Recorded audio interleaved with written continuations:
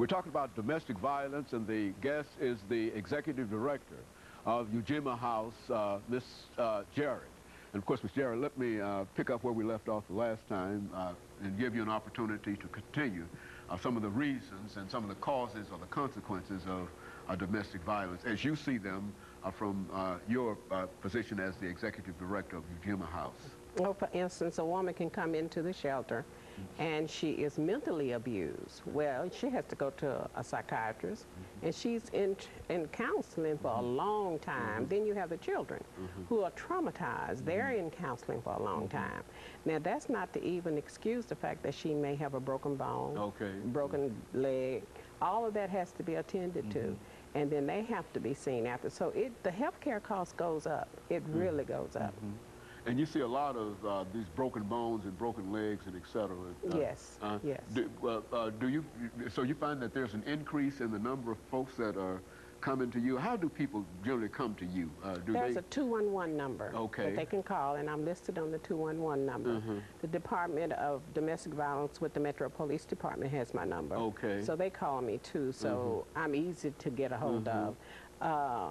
And then just by word of mouth, the other agencies, the other shelters will refer people to you. Now, what would be a situation, could you sort of give me a rundown of situations that you might have of individuals who will come into you and how they came and some of the things that you were able to do for them? Well, number one, if a young lady calls, and if she's in danger, then I will go and pick her up from wherever she is.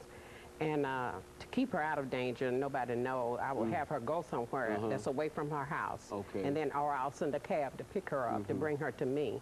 And then we do our processing of her, and then we'll take her to shelter. Now, once they get in shelter, and I do things a little bit different than they do in other shelters, I want to know what the woman wants to do for herself. Very good. Then you need to decide what you want to do for yourself. If it's go to school, if it's get a job, what do you want to do that will make you feel whole? And then that will take care of your children. And once we figure out what that is, then I will help her accomplish that goal. And I will keep her until she accomplishes that goal. Once she accomplishes that goal, then I will help her find a place. And then she can move out. Well, this seems to be a lot of sort of hands-on kind of personal kind of things that should keep you. Well, how many people are you able to counsel at EJarrett House? Do you have a set number? My shelter is very small, very small. In fact, I'm thinking about starting a building campaign because it's only 800 square feet. So it's the smallest shelter in the city. Which means when you say, I don't have one family. You're one family? If I have a family with teenagers, that's it. If I have a single woman, I can take another single woman with 2 kids.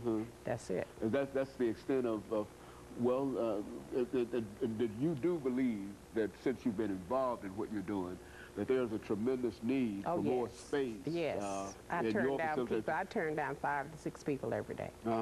Every day.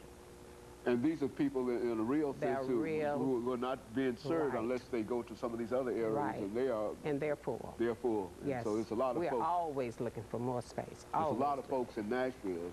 So do you believe that domestic violence is a real problem in Nashville? It's a big problem in Nashville. And I don't think really everybody knows how big it is. Well, let's talk about how big it is. I mean, now, you have 3 shelters here.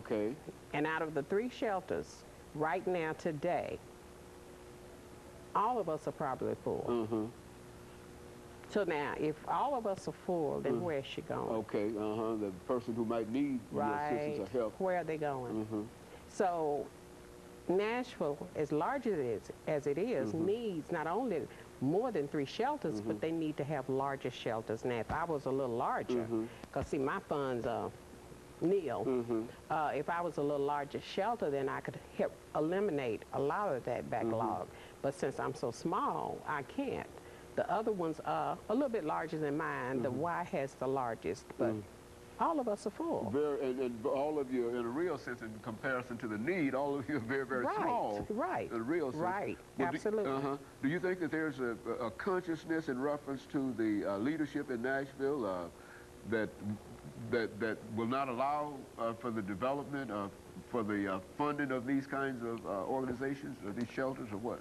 I don't think if the leadership is not allowing it, I don't think they really know that there is a need. Well, that, I think that's what it is. I think it's lack of education of the need.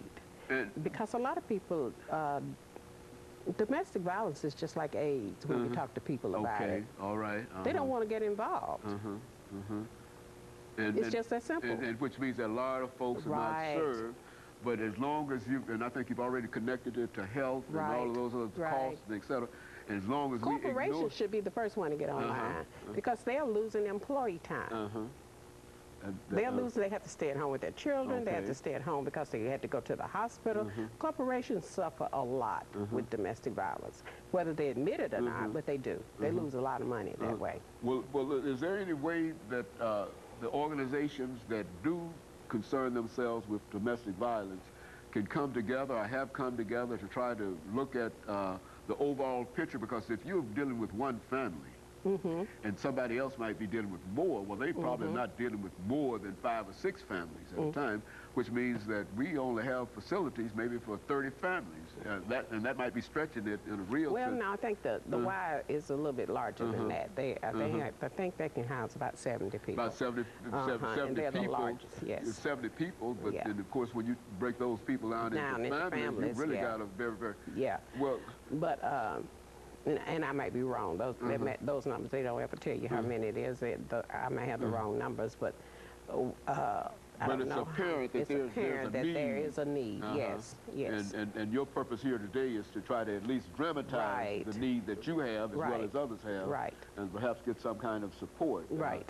What would you say to folks that would indicate that you need some additional help? I need some money. Need some money? Is that money would money does not solve every problem, but money would start my problems eradicated. Okay, very good. Yes. Which is to say that you would need money to build, expand your... That's right. And number one is to get staff, because I'm the only one there. You're the only person there. Well, now, really, we over the last 25 or 30 seconds that we have before the end of this second segment, we really don't have much considering our population and our size and et cetera, and considering the problem that this might cause. We really don't have anything dealing with domestic violence in a real sense. Is that what we're saying? That's what I'm saying. That's general? Okay, and of course we'll expand upon that after this final commercial break, and we'll be back with our audience following this very short commercial break.